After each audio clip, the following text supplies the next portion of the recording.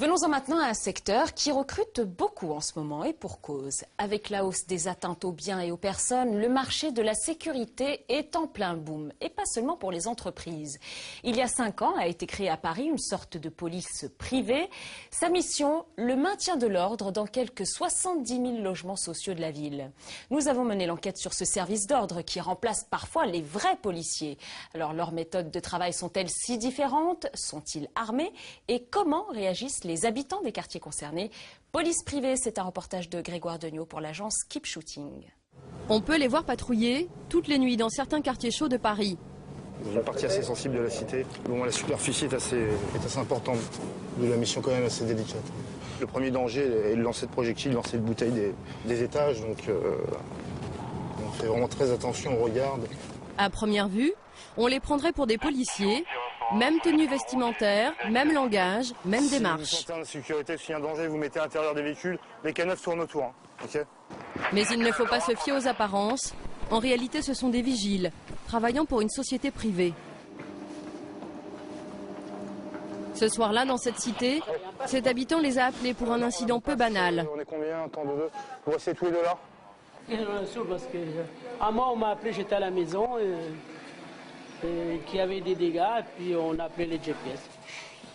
Cette fois-ci, ce sont des extincteurs qui ont été vidés sur les voitures. Selon les habitants, c'est l'œuvre de bandes de jeunes qui squattent régulièrement les sous-sols. Regardez, sur les enquêtes, on poursuit la ronde, il y a une dizaine d'extincteurs qui ont été percutés. Les locataires font appel à eux comme à des policiers, mais il leur arrive aussi de jouer les pompiers, car ce jour-là, il y a également une inondation dans les caves. Apparemment, il y aurait une fuite d'eau aussi.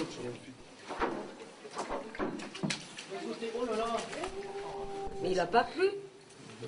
Cette police privée, bonne à tout faire, est une nouveauté.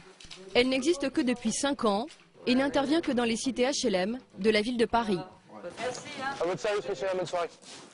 N'hésitez pas à nous rappeler si besoin. L'office HLM fait appel à ses vigiles car son domaine est très vaste. 472 immeubles, près de 70 000 logements. Il y a souvent des besoins d'intervention pour toutes sortes de problèmes, petits et gros. Et la police, la vraie, n'aurait pas suffisamment d'effectifs pour y répondre. Alors comment travaillent ces forces de sécurité d'un nouveau genre? En tout cas, cette police privée ne manque pas de moyens. Nous voici au siège de cette société, le GPIS, financé par les bailleurs sociaux et la mairie de Paris. Un budget de 15 millions d'euros par an, des locaux flambant neufs et des équipements qui n'ont rien à envier à ceux de la police. Chaque fois que vous partez en mission, vous mettez un gilet pare-balles? Oui, c'est obligatoire dès la sortie, dès qu'on s'habille en fait. Thierry, un ancien militaire, travaille ici depuis 5 ans. Il a commencé comme simple agent.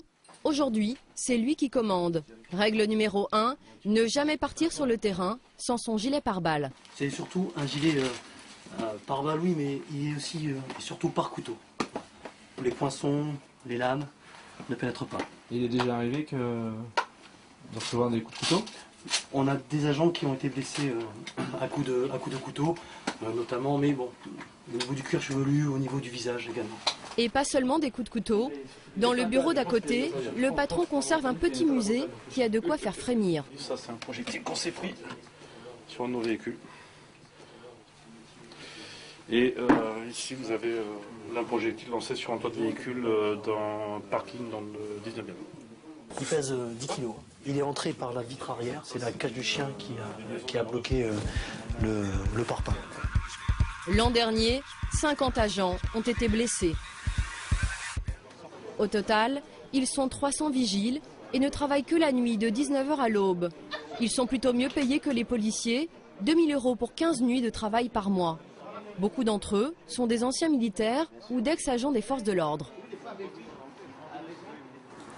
On les appelle les patrouilleurs, ce sont eux qui vont sur le terrain. Parmi eux Stéphanie, une ancienne de la police. Ce soir, lors du briefing, elle a hérité d'un secteur chaud, le nord de Paris. Le travail qu'elle aura à faire lui est dicté par le poste de commandement dans la salle d'à côté. Des caméras scrutant les parkings, des téléphones qui sonnent. On se croirait à la préfecture de police. C'est ici qu'arrivent les plaintes. La plupart du temps, les habitants les appellent à cause de bandes de jeunes qui se rassemblent dans les halls d'immeubles. GPS, bonsoir. Oui, monsieur, qu'est-ce qui vous arrive? Venez nous aider, il y a toute une flopée dans le hall, il nous faut un bordel colossal. Ils sont dans quel hall, monsieur? Dans le 6, au 6 rue Jacques Prévert. D'accord, il n'y a qu'un seul hall unique. Hein. Il y a un code? Non, il y a... Les gens, ils tapent là-dedans, ils rentrent, et puis... c'est le bordel. D'accord, mais écoutez, je vais vous envoyer... Ils sont nombreux, là, actuellement? Il y en a 6-7. 6-7 individus dans le hall. D'accord, écoutez, je vous envoie du monde. Merci. Je vous en prie, au revoir. Stéphanie, la chef de patrouille, va tenter de régler le problème du locataire qui a appelé. En cas d'incident sur le terrain, ils n'ont pas d'armes, juste une radio pour appeler des renforts. Donc en fait, c'est comme ça. Donc là, il y a la radio pour le chauffeur et l'agent, la mienne. À chaque fois, vous avez une radio pour chaque personne? Oui. Parce qu'on peut se retrouver isolé ou n'importe quoi, donc il faut qu'on puisse chacun communiquer avec le poste de commandement opérationnel. Cela fait 4 ans que Stéphanie patrouille. À chaque fois qu'elle part en intervention, elle ne sait jamais quel problème elle va devoir gérer. C'est parti jusqu'à 5 h du matin. Unité pour Golfe 10. C'est reçu Golfe 10, prenez note pour intervention 239 rue de Belleville. Individu au niveau du hall et des étages au hall 5. Prenez que pour info, les individus seraient virulents selon le requérant reçu. C'est reçu en direction du 239 Belleville. La situation dans cette cité est toujours un peu tendue. Le poste de commandement lui envoie 2 équipes supplémentaires. Au total, ils seront donc une dizaine pour contrôler les débordements potentiels. Là, on va arriver sur la position. Donc, on va effectuer un environnement préalable pour voir si on est suffisamment nombreuses. Au loin, un premier attroupement de jeunes devant un hall d'immeuble qui gêne les habitants. Le but, c'est de les faire partir sans qu'il y ait d'incident, uniquement par la persuasion. On prend la température, on regarde. On va le signaler à notre poste de commandement. Et on va s'organiser, puis après, on partira donc sur l'intervention. Donc les gardes-veilles, c'est à l'extérieur, vous sécurisez, au moindre problème, vous passez les messages radio. Cette cité, Stéphanie la connaît bien. Mieux vaut rester sur ses gardes et descendre en nombre escortés par un chien. Entre-temps, à la vue des vigiles, les jeunes ont quitté le hall. Mais ils sont toujours à proximité, prêts à revenir dès le départ des agents de sécurité. Un petit jeu que Stéphanie connaît bien. Donc le collègue m'a fait un signe, il y a du monde à l'intérieur. Donc on va voir s'ils réintègrent leur domicile ou sinon leur demander de bien vouloir quitter les lieux et regagner la voie publique. Les agents vont parlementer quelques minutes avec les jeunes pour les convaincre de partir. Donc là ils ont quitté, donc là ils sont sur la voie publique, maintenant c'est plus de notre ressort, c'est la police. Mais ce soir-là, ça va dégénérer, alors ils ne vont pas attendre l'arrivée de la police pour intervenir. Prenez un code 17 et un code noir sur position 239 Belleville. Un code 17, c'est pour demander une intervention de la police, et un code noir, c'est pour signaler que des agents sont pris à partie.